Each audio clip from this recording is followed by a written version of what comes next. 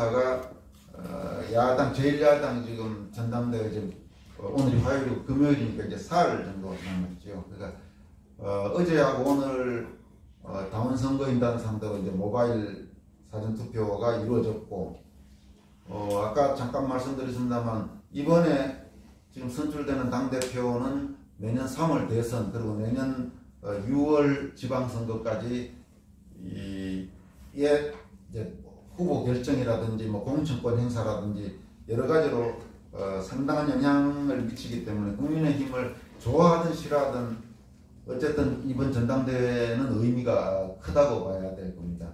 그리고 이게 뭐 참고로 저는 지금 국민의힘 정말 마음에 안 드는데 이제 딜레마가 사실은 번쩍 정신들게 이 전두환 정권 때 저 YS 주도로 했던 시민당 돌풍 같은 경우 불어버렸으면 좋겠는데 그게 지금 현실적으로 쉽지 않다는 게 또 고민이지 않습니까? 지금 바로 조원진 씨 우리공화당 그거 갖고 이미 한계를 드러낸 거고 고영주 정규재 씨 자유민주당도 지금 한계가 지금 있는 거고 지금 정광훈 목사 이번에 서로 국민혁명당 뭐 어떤 결과가 될지 모르지만 하여튼 쉽지 않은 그러니까 좋으나 싫으나 어쨌든 제1야당이 굉장히 중요한 그런 상황인데 이 당대표하고 최고위원 저 개인적으로는 사실 이번에 당대표 5명은 개인적으로 선뜻 지지하고 싶은 후보가 없습니다.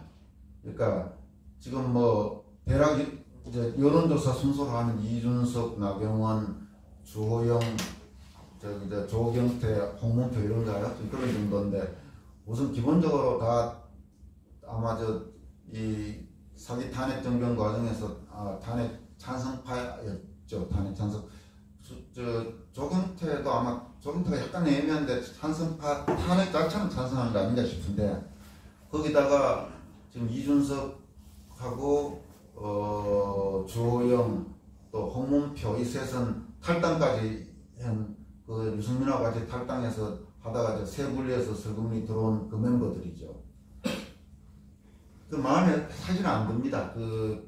오히려 이제 최고위원 선거 같으면 도태우 변호사 같은 사람이나 배현진 의원 같은 사람 그나마 좀 그래도 그런 사람 됐으면 좋겠다 싶은 사람은 있지만은 대표 선거 마음에 안 들지만은 중요하긴 대표가 제일 역시 중요하니까 그런 상황인데 지금까지 현재까지 했던 여론조사 흐름으로는 뭐 이준석이가 앞서가고 있는 건 분명해 보입니다. 그러니까 지금 이 당원 선거에서 과연 이제 나경원 이하 나머지가 이제 얼마나 이제 엎을 수 있을까 이제 그게 관건이 될 텐데 근데 이번에 이 선거전 이 국민의힘 선거전 쭉 지켜보면서 저는 좀 약간 섬찟한 느낌을 갖습니다. 그게 무슨 말이냐면 저게 약 5년 전에 박근혜 대통령 탄핵할 정권 때 그와 비슷한 여러 가지 지금 현상이 좀 나타났습니다. 우선 이번에 쭉 보면 이상하게 이 좌파 언론 그 다음에 이 비좌파 소위 조선동아중앙으로 저는 한국의 제도권 언론 중에 제대로 된 제 경험을 통해서는 확고하게 우파 언론이라고 부를 만한 데는 저는 없다고 봅니다. 그러니까 조선동아중앙 저는 그래서 비좌파 언론 정도로 표현하는데 비좌파 주류신문 이런 정도로 표현하는데 이게 탄핵 정변 때 제 기자 생활에서 거의 유일하게 거의 모든 언론이 같은 목소리를 냈거든요. 그러니까 이게 항상 좌파와 비좌파는 상당 부분 서로 다른 목소리를 내는데 탄핵 정권 당시에는 그 당시 뭐 조선동아중앙 이런데 또 뭐 해서 하여튼 박근혜 했던 쫓아내야 된다고 바로 처음부터 이제 특히 JTBC 그러니까 2016년 10월 26일인가요? 24일인가 태블릿 PC 그거 나오고부터는 거의 미친 듯이 제가 30몇 년 언론 개성을 했지만 그만큼 한국어로 미친 적을 좀 처음 봤습니다.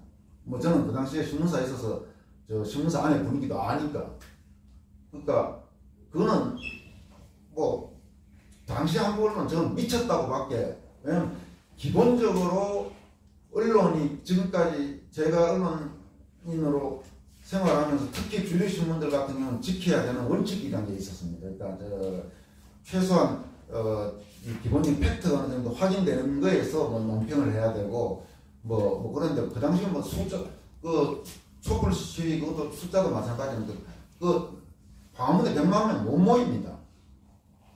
근데 뭐 걸피당 100만 명, 200만 명 해서 막 전 국민이 저 박근혜 쫓아내야 되는데 너 왜 빨리 안 내려가냐 그런 분위기였거든요. 근데 이번에도 보면 이상하게 좌파하고 좌파 언론 그 다음에 비좌파 주류 매체들에서 거의 지금 이준석 밀어주기 분위기가 공공연하게 나타났습니다. 그러면 좌파 신문들이나 뭐 예를 들어 김어주에 하는 TBS나 그 다음에 뭐 손석희 있는 JTBC나 그 다음 지금 KBS, MBC도 이미 이 정권에서 완벽하게 이 민노총애들한테 장악된 데니까 그런 데들이 그런 쪽에서 일하는 친구들 저는 속성을 압니다. 그런 친구들은 매우 모든 판단과 그런 어떤 좌파적 이념적 정략적 정파적 유불리로 따져서 하는 애들이거든요. 그럼 그런 애들이 지금 이번에 보면 굉장히 막 그 야당에 관심이 있고 이준석이가 되면 마치 무슨 야당이 굉장히 뭐가 잘 될 것처럼 지금 밀어주고 있어요. 걔들은 그런 애들 아니거든요. 또 지금 소위 조선동아중앙으로 대표되는 그 나머지 신문들은 뭐 잘 보지도 않으니까 그런 신문들에서도 보면 비슷한 지금 기사, 논평 이런 게 막 나와요. 특히 이렇게 보면 탄핵정권 때 유별나게 그 난리쳤던 인간들이 좀 있습니다. 그러니까 언론인이든 그 다음에 뭐 다른 언론인 아닌 외부의 교수나 이런 사람들 중에 이제 그 신문들의 기고 외부 칼럼 쓰는 사람들 제가 이름은 안 되겠지만 여기서 여러분 그 당시 기억하시는 분들은 다 알 겁니다. 유별나게 탄핵정권 때 악랄하게 글을 썼던 사람들이 좀 있단 말입니다. 그 사람들이 이번에 거의 저는 이준석 지지한다. 이준석이 돼야 야당 희망이 있다. 지금 이런 글들을 썼습니다. 그러면 이게 왜 이럴까? 제 지금 잠정적인 판단은 이렇습니다. 좌파 쪽은 이준석이 돼야 결국 자기들한테 유리할 거라고 보고 있는 겁니다. 그 다음에 비좌파 신문들이나 이런 쪽은 왜 그럴까? 그럼 결국 저는 탄핵의 그 다 탄핵 공범들이니까 탄핵의 원죄와 무관하지 않다고 봅니다. 그러니까 지금 사실 이제 탄핵 정권 당시에는 아주 기본적으로 악랄하게 했던 사람도 있고 그 다음에 국민도 마찬가지 상당수는 또 그 당시 분위기에 하면서 특히 초반부 몇 달 정도는 천하에 그 당시 뒤에 거의 다 거짓말로 드러난 왜 박근혜 관련 뭐 여러 가지 거 있지 않습니까? 뭐 롯데 호텔에서 뭐 했니 뭐 어쩌고 저쩌고 숱한 그 거짓말들. 근데 초반부에는 어쨌든 그런 것들을 또 그냥 이 대한민국 언론이 그 정도로 움트릴 줄은 모르고 믿었던 국민도 꽤 많았던 것도 사실입니다. 이제 그래서 그 뒤에 이제 그에서 이제 벗어나신 분들도 있지만은 이 정치인들도 상당 부분은 소위 우리가 이제 당시 새누리당 특히 제일 그 사기 탄핵이 가능했던 거는 당시 야당 지금 집권 세력만 갖고는 안 됐던 거 아닙니까? 그 당시 새누리당 지금 야당 세력 중에 뭐 60 몇 명인가가 결국 이제 동조하면서 가능했던 건데 그 중에 저는 약간의 급들은 있다고 생각합니다. 그 죄가 좀 더 있는 인간, 상대적으로 좀 덜 있는 인간, 그러니까 뭐 유승민, 김무성 뭐 이런 쪽은 저는 소위 정범으로 치면 A급 정범으로 보고 있습니다. 그러니까 이 유승민, 꼬붕이, 이준석도 저는 A급 정도면 중요한다고 생각합니다. 근데 그 이번에 이제 대표에 나온 사람들 중에 보면 이제 가령 나경원, 그다음 조경태, 홍문표 이런 사람들 같은 경우는 지금은 그렇게 그 탄핵이 정당했다는 스탠스까지는 아닌 것 같아요. 그 당시 본인들은 탄핵에 찬성했지만 뒤에 보니까 상당 부분 좀 속은 거 아닌가라는 생각들을 하고 있는 것 같고, 근데 지금 유승민하고 그 유승민 아바타인 지금 이준석은 지금도 그 탄핵이 정당했다고 주장을 한단 말입니다. 그럼 저는 이 부분은 굉장히 중요한 차이가 있다고 생각합니다.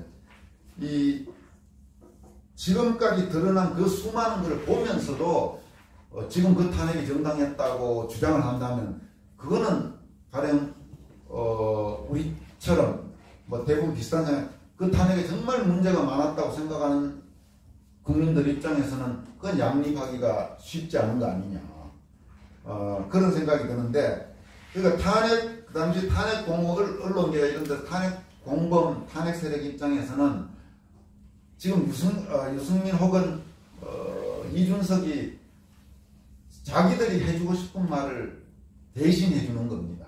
그러니까 아마 그 당시에 탄핵에 쫓아내야 된다고 길길이 날뛰었던 사람들 중에 또 최소한 양심이 있다면 마음속에서는 마음이 복잡한 사람들이 저는 좀 있으리라고 생각합니다. 그 마음이 복잡하지 않은 건 인간도 아니고, 그 사람이란 건 그래도 자기 양심의 거울이라는 게 있는데, 근데 그런 탄핵 세력 입장에서는 그런 점에서 이준석처럼 지금도 정당했다고 하는 쪽을 되는 게 본인들한테 좀 유리하다고 생각하는 거 아니냐, 이런 생각이 좀 있고, 이번에 또 나타난 그 현상이 하나 보면 이 탄핵 이준석의 이 며칠 동안 보면 그냥 불리한 기사나 그런 어떤 유튜브 영상 이런 데 보면 누군지 모르는데 조직적으로 특정 세력들이 들어가서 집요하게 공격을 하는 현상들이 나타났습니다. 그러면서 이제 막 댓글 같은 경우도 보면 그 뭐 틀딱, 뭐 태극기, 극우, 뭐 니들 같으니까 결국은 안 되지, 뭐 이런 식으로. 그러니까 그런 표현 이런 것들이 보면 우리가 말하는 흔히 우파 혹은 보수 이런 사람들이 잘 사용하지 않는 그러니까 그런 애국 세력 이런 쪽에서 누가 뭐 틀딱, 극우, 보수 이런 잘 안 쓰지 않습니까? 그러니까 과연 그런 조직적으로 움직인 건 누굴까? 저는 조금 의문을 갖고 있습니다. 저는 제 나름대로는 대략 어떤 사람일 거라는 생각은 하지만 의문을 갖고 있고, 그 다음 또 하나 지금 뭐 이준석을 막 미는, 최근 한 몇 주간 미는 입장에서 몰아가면서 하는 게 소위 이준석으로 대표되는 세대 교체를 해야 뭐 희망이 있다, 뭐 이러는데, 그것도 웃기는 게 지금 가령 나경원 뭐 이런 거 한 거 50대 후반 그게 문제가 있다면, 지금 이준석은 대놓고 당대표 하면 지금 저 김종인이 다시 모셔오겠다는 거 아닙니까? 김종인이가 누굽니까? 80대 저는 뭐 절대 나이가 많다고 자 80대에 딴 사람도 알고 저 전두환 노태우 그 정부에서 일하면서 경기수에 가면서 돈 받아 먹어서 저 뇌물 뽑고 깜빵 같은 사람 아닙니까? 그러면 자 김종인, 유승민, 김무성, 이준석 만약에 이런 그룹으로 된다면 그게 무슨 세대 교체며 그게 무슨 저 시대 정신 교체며 더 제가 보기엔 더 후퇴하는 것 같은데, 그렇죠. 거기다가 이준석 자체도 이제 이번에 쭉 보면 좀 여러 가지 지금 그 친구 지금 저 나이 뭐 30몇 살이라 하지만 제가 보기엔 저 굉장히 문제가 많은 친구입니다. 뭐 얼마 전에 특히 이번에 뭐 그런 것까지 나왔지 않습니까? 저 어디 했던 거 박정희 뭐 경제 발전하면서 박정희는 사회주의적 전체주의자다. 이거 굉장히 무서운 말입니다. 사회주의적 전체주의자 이거는 거의 누구급이냐 하면 모택동, 스탈린, 김일성 이런 정도에 쓸 수 있는 표현인 겁니다. 그러니까 좌파 전체주의자니까 극좌 중에 극좌. 박정희 대통령에 대해서 그랬죠. 이 친구 지금까지 쭉 보면 문재인이나 현 좌파 통진당 심지어 이정희 이런 좌파 이런 쪽에는 굉장히 다소곳하고 예우도 갖추고 이러면서 지가 머물렀던 데 안에서는 보면 말도 못하게 하고 뭐 이러지 않습니까? 그랬지. 그리고 이 친구 도대체 한 게 뭐가 있는지 고등학교 졸업하고 가서 대학 나온 다음에 보면 제대로 무슨 기업 다녀본 것도 아니고 기껏 인턴 이러다가 갑자기 2010 몇 년이요 박근혜 비대위 때 청년 최고위원 해서 서울에서 국회의원 3번 떨어지고 그런 친구가 좋았어요. 또 이제 그런 이야기도 합니다. 이준석이 돼야 지금 정권 바꾸려면 결국 이제 지난 지방선거처럼 이 우파 그 다음에 연령적으로는 어느 정도 나이가 있는 층에다가 20, 30대 젊은 층이 가세해서 바꿔야 된다. 그럼 그 젊은 층 표를 잡으려면 이준석을 당대표로 해야 된다. 이런 논리로 있는데 저는 그것도 좀 글쎄 과연 그럴까. 그럼 제가 생각해 지금 그 논리는 지금 젊은 애들을 바보로 보냐 이거예요. 그럼 이준석이가 당대표면 지지하고 이준석이 당대표가 아니면 지지 안 한다. 그럼 지난번 서울시장 부산시장 선거에 오세훈이 박형준이 그 훌륭하고 그 좋아해서 찍은 사람이 몇 프로 됩니까? 기본적으로 이 정권 같은 건 안 되겠다는 그 표였는데 그렇다면 대선관 관련이 또 과연 이준석이가 관리를 하면 되고 안 그러면 안 된다. 이준석이가 뭐 그리 대단한 젊은 애들로 봐서 이준석이가 그렇게 본받을 만한 과연 사표인가? 그거는 좀 이상하죠. 그러니까 지금 다만 이번 전당대회 하는 과정에서 이준석이가 이 전당대회 흥행성을 높였다는 것은 저는 인정합니다. 근데 저는 제 개인적으로는 그 이상도 이하도 아닌 거 아니냐 이런 생각을 하고 보니까 이제 이런 문제에 비슷한 이게 좀 선거가 저는 이상하게 흘러갔다 생각하는 저뿐만 꽤 계신 것 같아요. 보니까 홍준표 의원도 며칠 전에 페이스북에 이게 지금 탄핵 때하고 비슷한 구조로 뭐가 흘러오고 있는 것 같다. 이 배후 세력도 있는 것 같고 언론이 조직적으로 선동하고 있다. 그런 이야기를 짧게 쓴 것 같던데 모르는 결과 지금 이준석이가 되든 안 되든 어차피 그렇게 썩 지금 현재 국민의힘이 마음에 드는 정당도 아니니까. 근데 과연 이제 결과는 며칠 있으면 나오겠죠. 그러면 이제 다음으로 이제 대선과 관련해서 생각을 해본다면 사실은 이렇게 형편없는 정권이면 당연히 바뀌어야죠. 원칙적으로는. 그리고 과거 지금 이제 소위 좌파 정권 지금 3기 좌파 정권이라고 흔히 하지 않습니까? 이제 김대중, 노무현, 문재인 이런 지금 과거 이제 그 김대중 정권 후반부나 문재인 정권, 노무현 정권 후반부에는 다 이제 선거했다면 다 졌죠. 그리고 이제 그러니까 노무현 될 때 같은 경우는 그 당시 기억하시겠지만 노무현의 새천년민주당 당명도 거의 안 썼습니다. 당명도 안 쓰고 최대한 DJ를 가리면서 조직적으로 이렇게 하고 거기다 이제 정몽준 이렇게 해서 이제 간신이 됐고 2007년 같은 경우 노무현 정권 말기에 이제 정동영이 나오고 이명박 나왔을 때는 아무리 그래도 안 되니까 그 당시 이제 더구나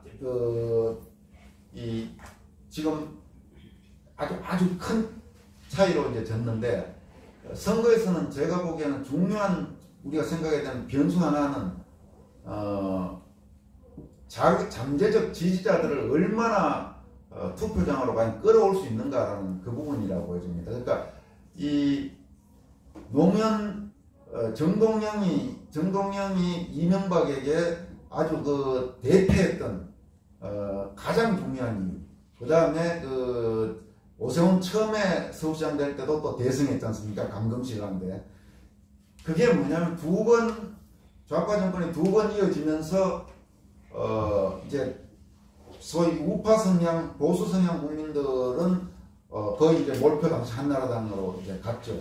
근데 전통적으로 김대중 당을 찍던 사람들 중에 상당수가 그 당시에 이거 보니까 도저히 안 되니까 이탈을 한 겁니다. 그러니까 기권을 얼마나 하느냐가 굉장히 중요한 변수입니다. 기권을 얼마나 하느냐.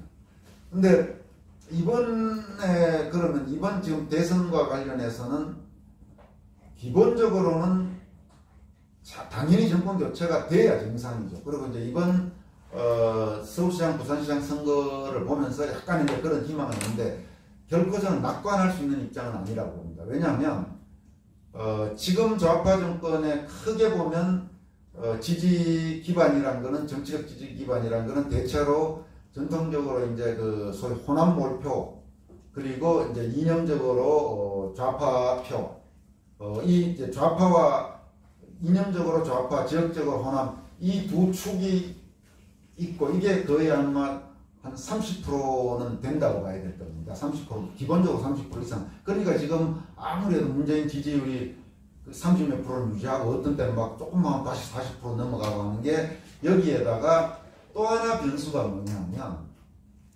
이 정권에서 그 포퓰리즘 돈을 마구 현금으로 퍼붓기 시작하면서 이념적으로 좌파라고 보기도 어렵고 지역적으로 호남이 아니라도 돈을 받으면서 이제 저 친구들이 선거 본격화되면 그 전략을 쓸 겁니다. 정권 바뀌면 그 돈 못 받습니다. 이런 식으로. 그러면 그게 지금 그렇게 아까 제가 말씀드린 이게 이제 거지 건성, 공짜 바람 거지 건성. 그러니까 베네수엘라가 지금 그렇게 돼버린 거란 말입니다. 그 우리가 생각해 베네수엘라가 왜 차베스나 마두로 같은 저는 형편없는 정권이 계속 정권을 잡느냐. 사람들이 점점 거지 건성이 되면 이게 바뀌면 그 돈을 못 받게 되거든요. 그래서 심지어는 제 개인적인 이야기를 하는 말씀. 제 가까운 어른, 뭐 제 부모님은 아닙니다. 저는 부모님 돌아가셨지만 제 가까운 어느 어른은 그분은 고향도 경남 출신이고 전통적으로 소위 보수 우파 혹은 뭐 기껏 또 이제 YS 정도까지 이제 그 하는 이런 쪽으로 쭉 투표를 해오신 분들인데 이 정권에서 논의할 때 아이 문재인 잘하잖아 이래.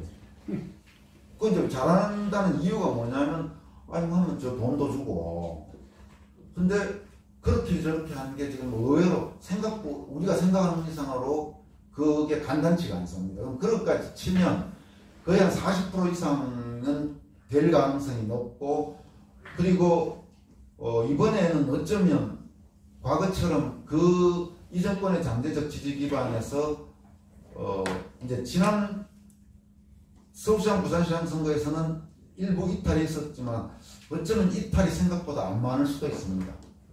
이탈이.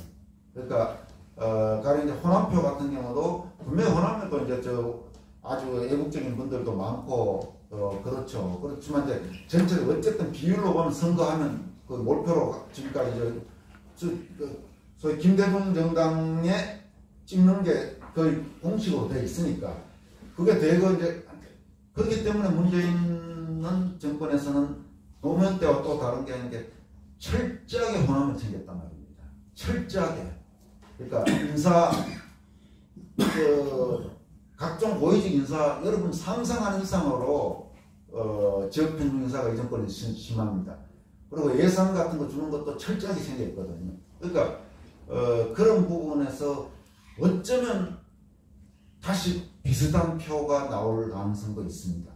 그건 이제 좌파에 근데 또 반대로 그럼 우파 쪽 보수 쪽 좌우 우파 혹은 보수 우파 쪽에서도 이기려면 거의 지금 대부분 다 그 표가 다 뭉쳐져야 되는데 이쪽은 또 지금 불행히 이 탄핵 정변이라는 이 엄청난 아픔을 통해서 간단치 않은 지금 그런 상황이 되어 있단 말입니다. 간단치 않은. 그러니까 만약 이제 극단적으로 말해서 예를 들어 유승민이 대표 선수로 나온다. 아마 그렇다고 뭐 유승민이 대표 선수로 혹시라도 근데 뭐 이재명이나 이낙연을 찍지는 않겠지만은 기권을 할 가능성은 저는 충분히 있다고 봅니다. 왜냐하면 마음에 저만 해도 유승민 정도까지는 못 받아들이겠거든요. 그러니까 그거는 그 이성의 문제가 아니고 인간으로 해서는 안 되는 짓을 했다고 저는 생각을 하기 때문에 그렇기 때문에 아마 선거가 간단치는 않으리라고. 그러니까 정권교체가 과연 될까 안 될까가 간단치 않을 텐데, 그러면 이런 복잡한 상황에서 우리 애국 세력들 뭐 혹은 자유우파, 보수우파, 애국 시민들, 나라 대한민국을 걱정하는 분들은 선택은 과연 어떻게 해야 될 것인가. 우선 제 생각에는 특정 개인에게 일단 매몰되는 건 다 좀 유보를 했으면 좋겠습니다. 그게 뭐 예를 들어 누구든 뭐 A든 B든 C든 뭐 간에 특정 개인에게를 지금 왜냐면 앞으로 너무 지금 한 9개월 동안 변수가 많고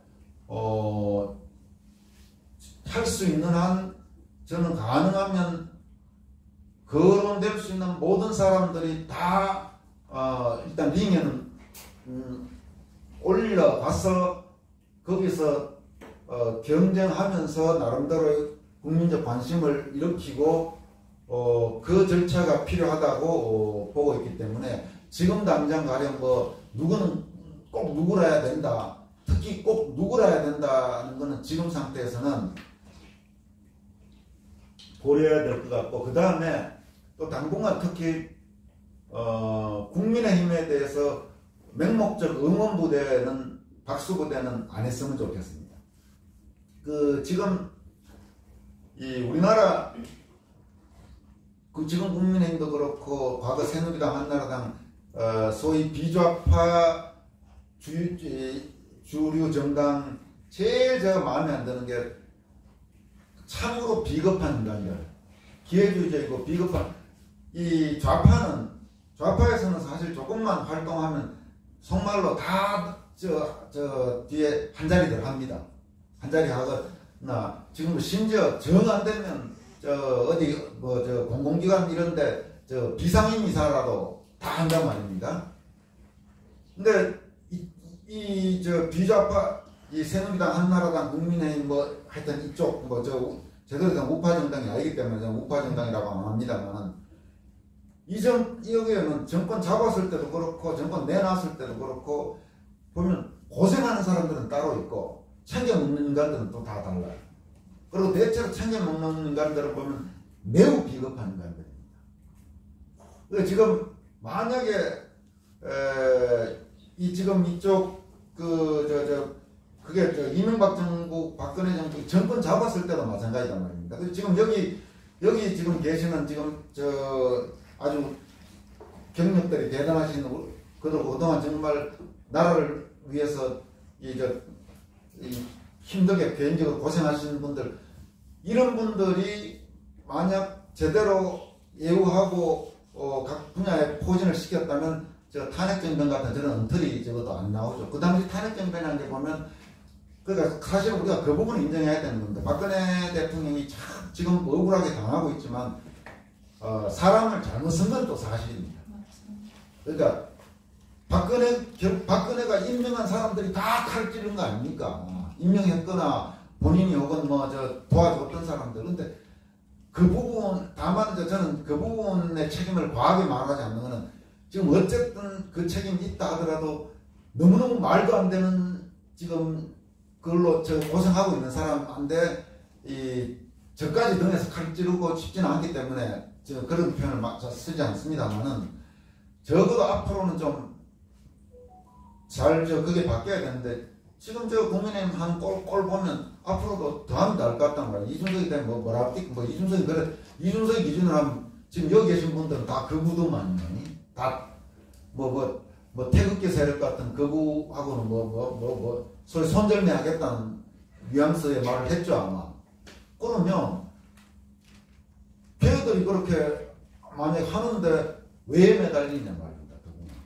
그런데 나중에 선거 때 돼서 분명한 거는 확고한 우파의 지지 없으면 반드시 선거집니다. 제가 그거 하나는 단언할 수 있습니다. 지금 야당이 확고한 우파가 정말로 마음 착신 먹고 등 돌려버리면 지죠. 절대 못 이깁니다. 그래서 저희들은 지금 이제 아무리 그래도 애국 시민들은 좌파한테 표를 줄 수 없기 때문에 나중에 결국은 니들은 그래봐야 우리한테 주는 거 아니냐. 주머니에 돌멩이 같이 생각하거든요. 그런 대접은 받아서는 안 되는 겁니다. 그러니까 제가 보기에는 그래서 일단은 독자적으로 세를 가져야 됩니다. 세를 갖고 나중에 그래야 적어도 딜을 할 수 있는 거란 말입니다. 그래서 저 친구들이 선거 때 되면 나중에 급하면 좀 도와주십시오. 그러니까 그런 정도는 돼야지 괜히 사람 누구 따라다니면서 줄 서고 해봐야 딱 이용할 만큼 이용해버리고 발에 떼도 애처럼도 안 여기는 속성이 있거든요. 특히 한국의 규좌파 정치인들은 그렇습니다. 그러니까 그래서 좀 일정 부분 스탠스를 하여튼 국민의힘과는 좀 떨어지면서 비판할 부분들은 사정없이 비판을 하고, 그래서 나중에 언젠가 마지막에 큰 대의라는 측면에서 어느 강에서 만나면 만나더라도 미리부터 조그맣게 지류로 들어가서 아무 대접도 못 받고 애우도 못 받고 그 짓은 하지 말자 말입니다.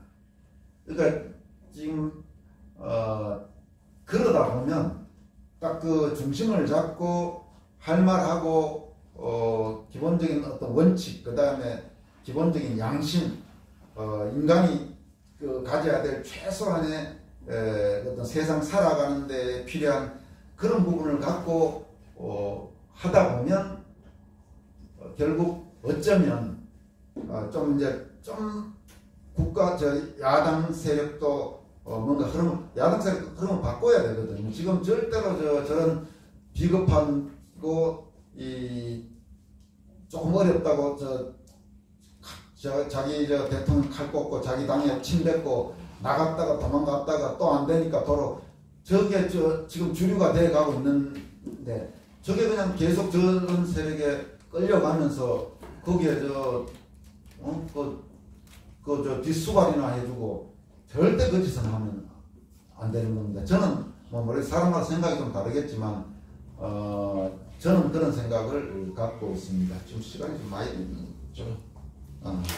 6시, 제가 6시 반까지였는데 지금 시간 6시 14분, 15분 정도 남았으니까, 그러면 제가 드릴 말씀은 일단 여기까지 하고